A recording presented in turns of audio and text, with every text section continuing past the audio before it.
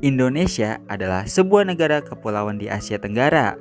Selain dikenal dengan sebutan negara maritim, Indonesia juga dikenal karena berlimpahnya sumber daya alam yang dimiliki. Oleh karena itu, pada zaman penjajahan, banyak yang tertarik datang ke Indonesia untuk mengambil sumber daya alam tersebut. Di episode kali ini, kita akan mengangkat kebudayaan Tionghoa yang ada di Jakarta. Tujuan utama warga Tionghoa melakukan imigrasi adalah untuk memulai perdagangan di Indonesia. Kebudayaan Tionghoa akhirnya diakui dan memiliki hak yang sama rata, seiring perkembangannya pada masa sebelum kemerdekaan hingga sekarang. Banyak kebudayaan Tionghoa yang menyatu dengan kebudayaan Indonesia.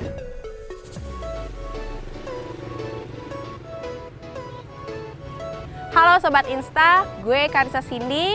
Senang rasanya bisa menyapa kalian semua yang ada di rumah di dalam acara Insta Informasi Seputar Jakarta. Di episode kali ini gue akan menemani kalian dalam 30 menit ke depan untuk merekomendasi tempat-tempat wisata bernuansa Tionghoa. Selain itu gue akan kasih tips and tricks untuk kalian yang ada di rumah. Jangan lewatkan informasi yang gue berikan ya. Tetap terus ikuti keseruan gue di Informasi Seputar Jakarta.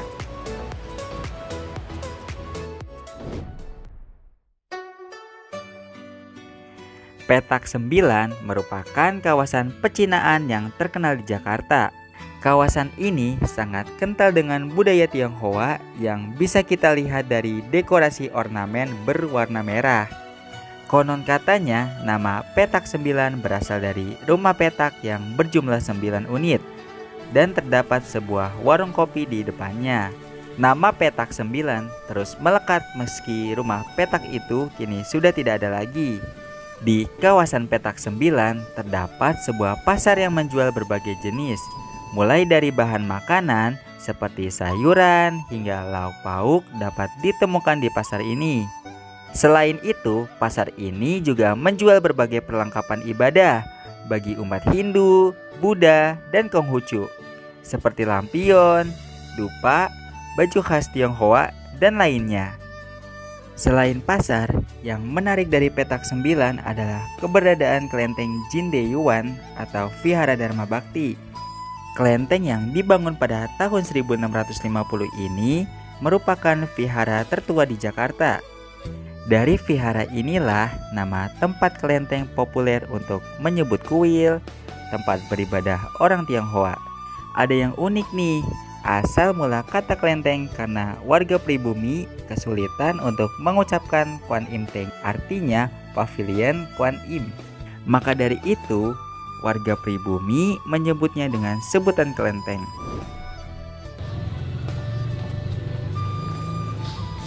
Sekarang gue berada di salah satu wihara, yaitu Wihara Dharma Bakti. Nah, Wihara Dharma Bakti ini terletak di kawasan petak 9. Yuk ikutin gue terus.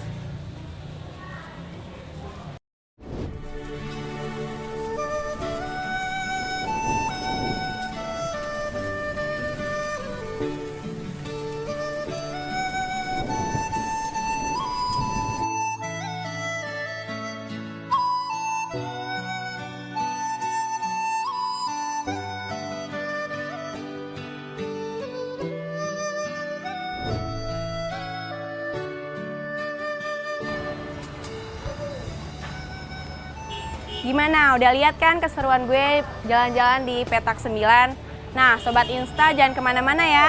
Gue akan ngajak kalian ke destinasi berikutnya. Tetap di Insta, Informasi Seputar Jakarta.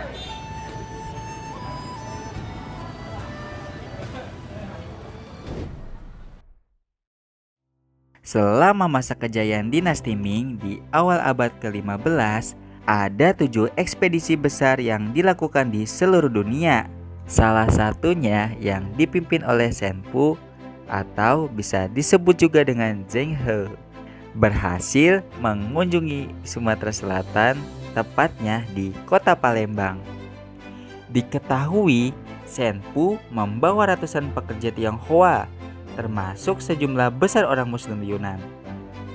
Kemudian sejumlah masyarakat Muslim Tionghoa secara berturut-turut dibangun di berbagai tempat di Indonesia. Inilah awal tumbuhnya komunitas Muslim Tionghoa di Indonesia.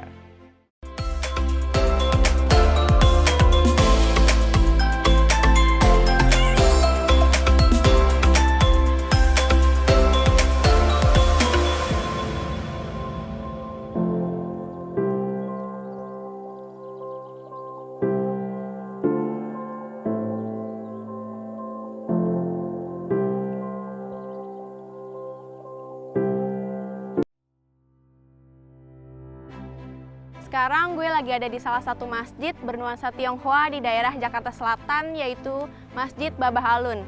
Masjid ini didirikan pada tahun 2020 oleh seorang mualaf bernama Bapak Yusuf Hamka yang kita kenal akrab sebagai Babah Alun. Nah, beliau ini merupakan keturunan dari Tionghoa. Masjid ini sendiri merupakan akulturasi dari budaya Tionghoa, Islam, dan Betawi.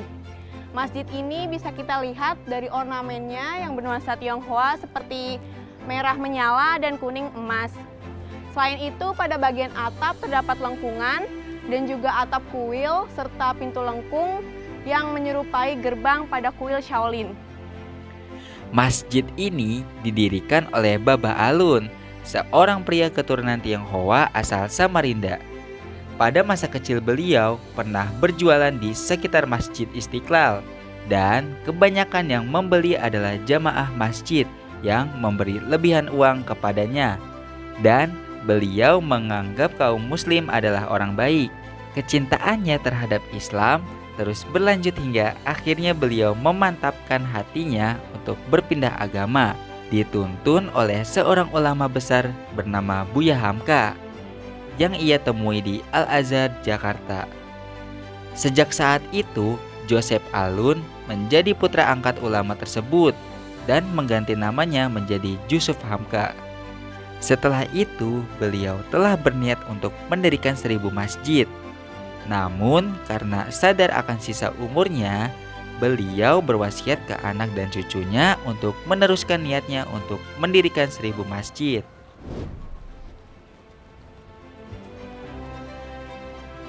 Masjid Babah Alun ini dibangun dengan nuansa Tionghoa. Dengan daya tariknya kita bisa lihat di sini terdapat pada jendela, pilar, dan kubah pada Masjid Babah Alun ini.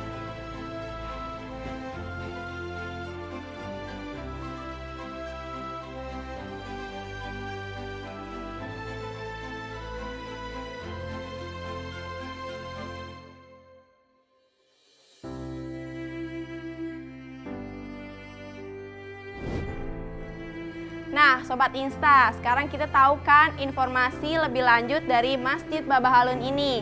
Jangan kemana-mana, karena gue akan kasih informasi yang lebih menarik lagi. Tetap di Insta, informasi seputar Jakarta.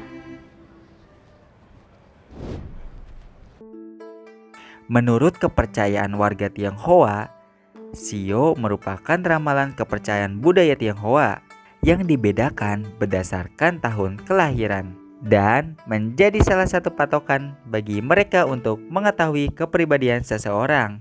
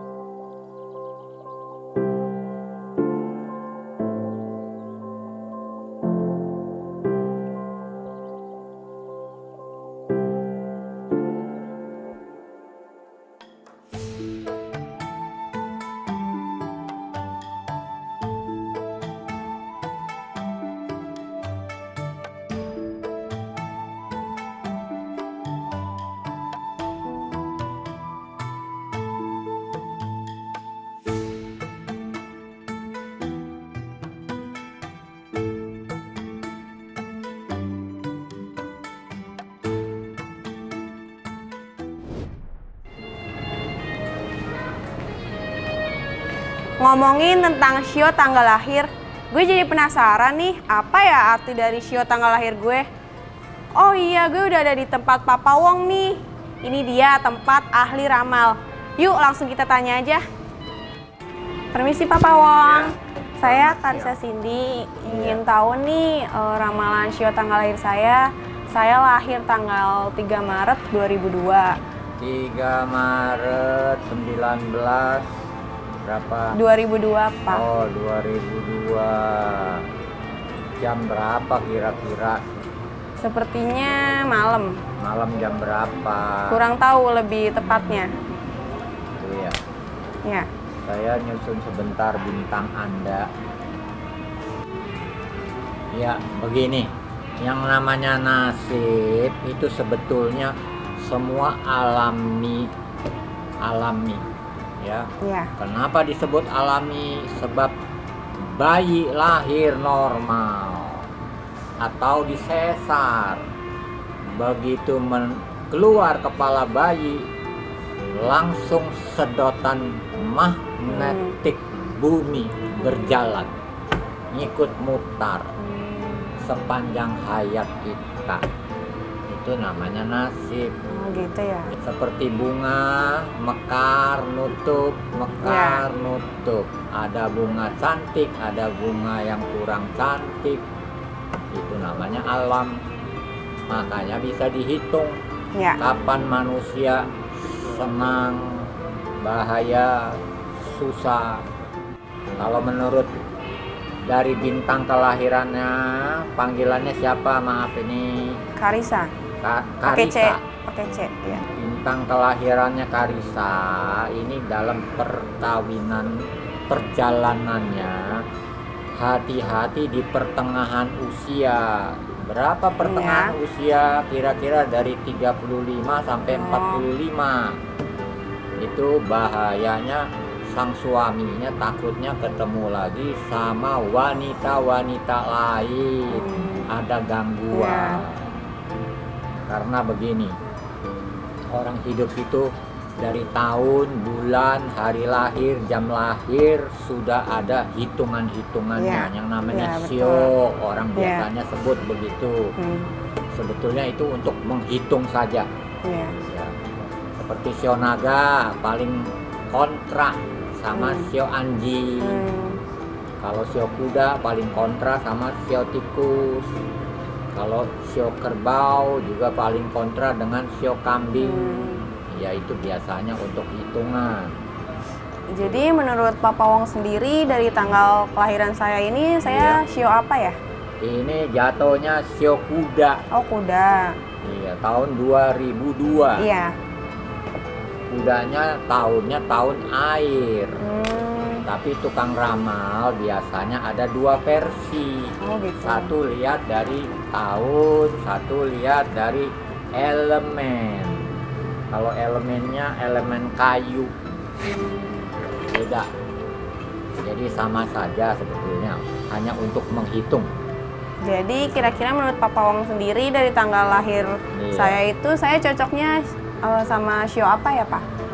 Begini, kalau sio itu kan tidak 100% jaminan. Iya. Yang paling jaminan itu dari tanggal lahir masing-masing, calonnya sama Anda sendiri. Iya. Itu Ya, sudah benar. paten. Iya. Bisa digaranti kira-kira 80% cocok atau tidaknya. Iya. Gitu loh. Jadi semua itu ada hitungan. Begini, kalau menurut hitungan per 10 tahun perjalanan Karisa, Anda akan mulai sukses jayanya dari umur 39 ke atas. Seperti bunga mulai mekar sampai kira-kira usia 59. Itu masa jaya-jayanya Anda di sana. Mungkin ketemu jalan, mungkin ketemu satu kesempatan yang membuat Anda bisa maju. Itu loh kira-kira dalam perjalanannya. Ya, kita kalau sudah tahu kita punya perjalanan di mana timing waktunya yang baik kita gunakan, kita lebih giat. Karena seseorang sukses tidak mudah, harus 6 faktor pas menentukan. 1, punya tidak nasib bagus dulu. Sudah paten dari lahir. Dua, waktunya 5 tahun, 10 tahun putaran masanya, periodenya sudah sampai belum untuk bangkit. Ketiga, orang-orang sekeliling kita, termasuk teman, keluarga, partner bisnis, semua mempengaruhi lagi. Keempat, situasi dunia, negara, lingkungan, rumah tangga, semua mempengaruhi lagi. Kelima, sumbernya, kita mau bergerak di bidang apa, itu namanya sumber. Kalau mau bisnis di bidang apa yang paling baik. Keenam, secara global dunia keseluruhannya mempengaruhi lagi, marketnya, ya kan, situasinya, politiknya, dan sebagainya. Makanya nasib itu tidak ada barang yang tahayul, semuanya itu alamiah. Ya, terima kasih ya Pak Pawong udah mau ngeramal Karissa nih. Iya. Nah, Sobat Insta udah denger sendiri kan apa arti dari show tanggal lahir gue? Masih penasaran kan kalian? Gue akan ngajak kalian ke destinasi Cina yang ada di Jakarta. Ayo ikutin.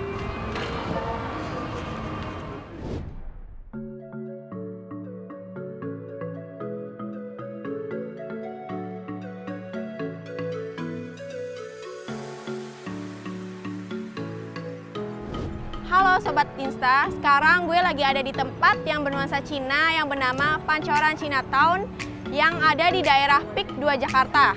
Nah Sobat Insta, sekarang gue ada uang 50.000. Kira-kira kalau kita jajan pakai 50.000 ini dapat apa ya Sobat Insta? Yuk ikuti gue terus.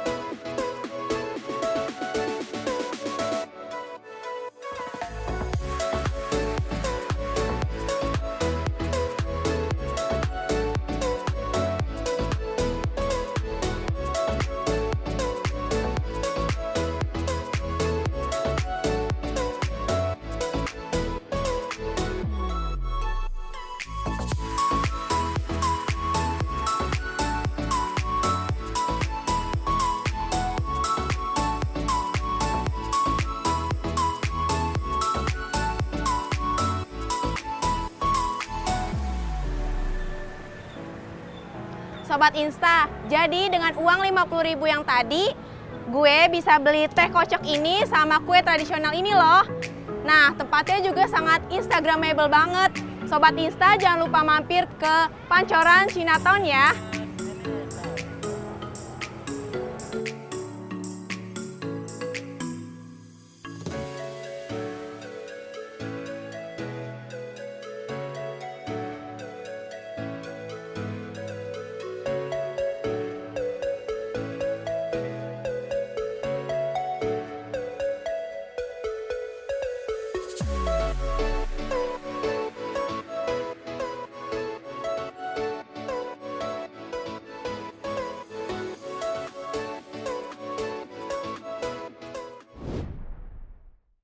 Ayam gohyong merupakan masakan Tionghoa, yaitu olahan daging ayam cincang yang dicampur dengan daging sapi. Lokasinya yang berada di kawasan Menteng, Jakarta Pusat.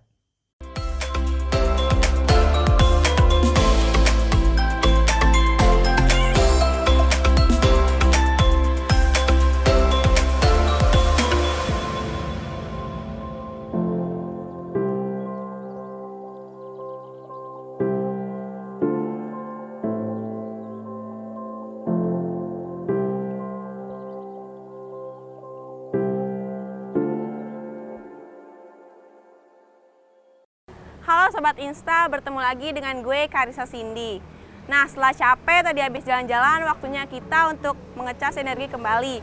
Di sini ada warung makan yaitu namanya Ayam Gohyong. Yuk, langsung kita pesen aja. Pak, saya pesen ayam gohyong 1 sama nasi goreng seperti 1 ya, Pak. Boleh. Ya, terima kasih, Pak. Ya.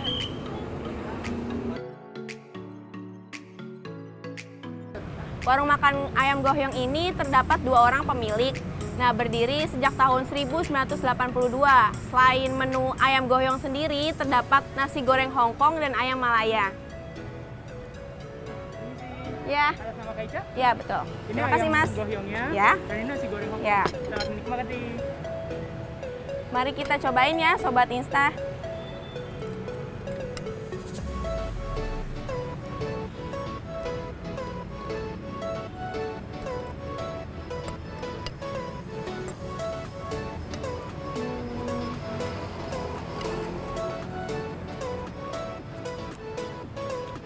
Menurut gue, dari tekstur rasa ayam gohyong ini crunchy banget sih. Kuahnya juga enak banget loh. Kita cobain yang nasi goreng Hongkong ya guys.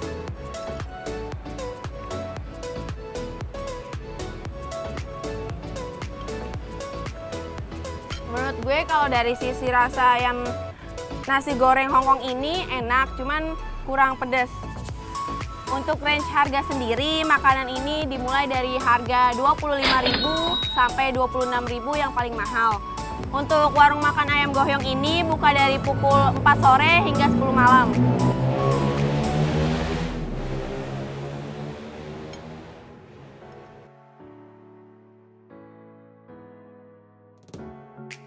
Cara pembuatannya yaitu ayam dan bakso dicincang lalu digulung seperti rolade.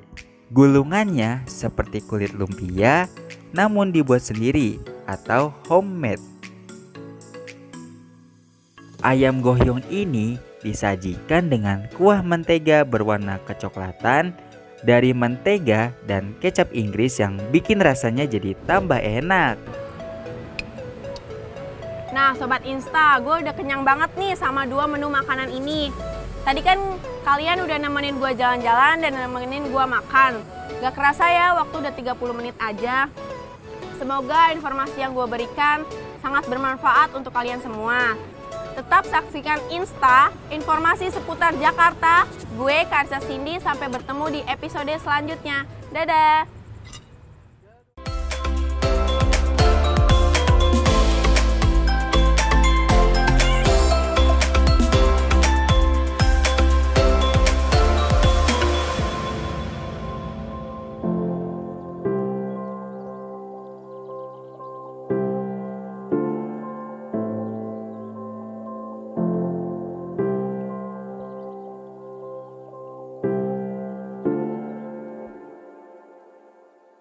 Ke bawah.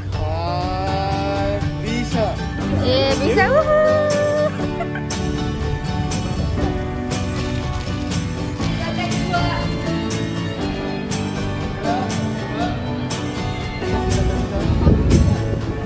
Kalau enggak, kalau punya kamu udah pasti posisi, kalau kan pakai ini betul.